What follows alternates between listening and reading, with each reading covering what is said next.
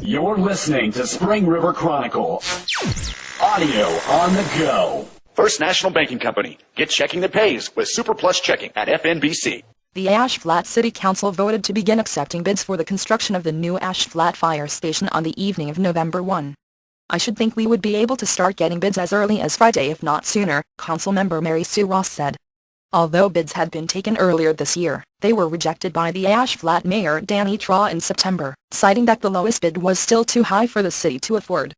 The previous bids were for a standard structure being built from the ground up, while the vote November 1 was based on a new design selected after consultation with several kit building manufacturers used by other fire departments across the country.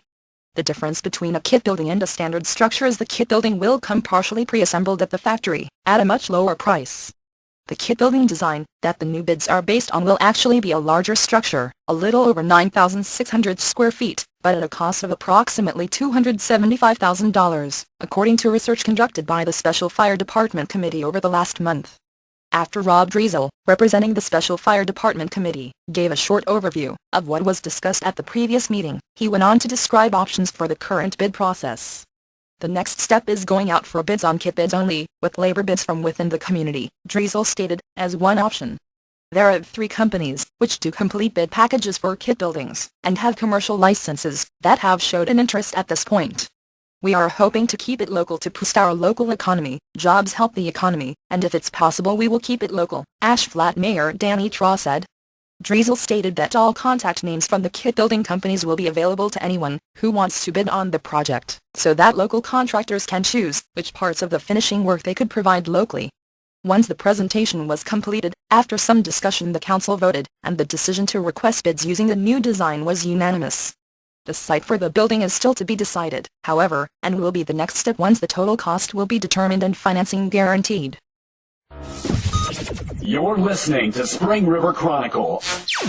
Audio on the go. First National Banking Company. Get checking that pays with Super Plus Checking at FNBC. Highland High School held their 4th annual College Day, an event set up through Associates of College and Registrar's Admissions Officers October 25 at the A.L. Hudson Building in Highland. HHS Counselor Suzanne Jones was in charge of orchestrating the event. We hold College Day to give HHS seniors the opportunity to hear from the different colleges in Arkansas and surrounding states, Jones said. There were 26 colleges and 4 military branches represented at the event. Approximately 1/3 of HHS seniors attended the College Day. I would like to see 100%, because it is so crucial for the students to listen and hear what these colleges have to offer, in order to make more educated decisions about their futures, Jones noted. HHS holds only one College Day a year. However, representatives do come throughout the year and speak to seniors about what their college has to offer. We have just the one day that is College Day, but we have representatives come and speak, Jones said, adding that, if a student is interested, or missed the day for some reason they can come to me and I will get them the information they need. There are also tours available to HHS seniors throughout the year. We have opportunities for the students who are interested in visiting the different colleges. They can tour one per semester and get a feel for the surroundings, Jones noted. As a matter of fact, we have a trip scheduled to UACCB coming up on the 4th of November. HHS tries to give the students a broad range of options by not only visiting different colleges, but tech schools as well. We haven't scheduled the next visit to go to Black River Tech, but we will do that soon, Jones said. The rep from Black River Tech is coming Tuesday, November 8. She does a wonderful presentation and I want the kids to see that first, and then we will schedule the trip. HHS juniors were welcome and encouraged to audit the event, to get an idea of what their options would be the following year. We encourage the juniors to attend and be thinking about everything. The event is for seniors, but it doesn't hurt for juniors to come get an idea, Jones said. Jones encourages the students to get prepared in advance through applying for scholarships, doing research, making sure they have the necessary classes to be eligible for the scholarships, and encouraging them to keep their GPA and ACT scores up. I supply the students with the paperwork, help them get it submitted, and if they have questions I can help them find the answers, Jones said.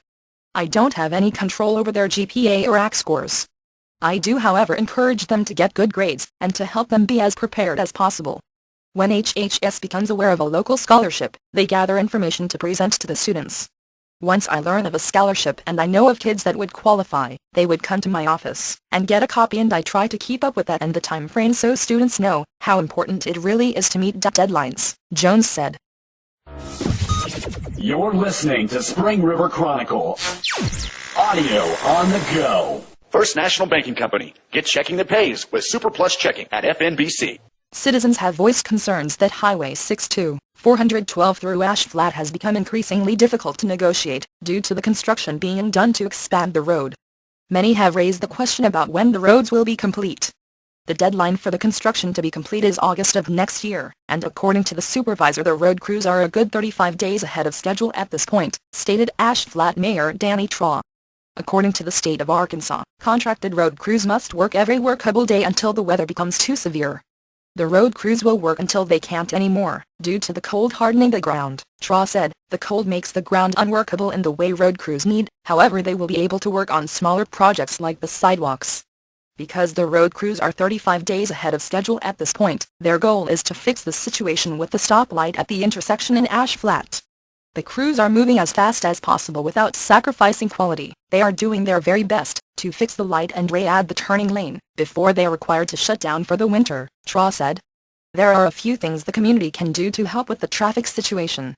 If at all possible, leave the house 20 minutes early, because there are times both sides of the road are blocked for several minutes so the heavy equipment can maneuver, Traw said, adding that, if possible, avoid traveling on that portion of road between 7:30-8:30 a.m. and 4:30-5:30 p.m. Although there are alternative routes around the construction available, they may take just as much time as waiting in traffic. We aren't worried about the effect detour traffic will have on the county roads, Mayor Traw said. However, I would ask that people watch their speeds, because some back roads pass through residential neighborhoods, where small children are present. Traw touched on why the roads are being expanded. Friday afternoons between 4:30 and 5:30, traffic is bumper to bumper. There's a need to expand the road, which is why we're doing it. Traw noted. This will be a great thing for Ash Flat, when it is all said and done, Traw concluded. It will provide pedestrians a safer place to walk, and it will allow for traffic to flow more smoothly. You're listening to Spring River Chronicle. Audio on the go. First National Banking Company. Get checking that pays with Super Plus Checking at FNBC. On October 17, 19 members from the Highland High School made a trip to Manor, Texas, to view the new Tech High School.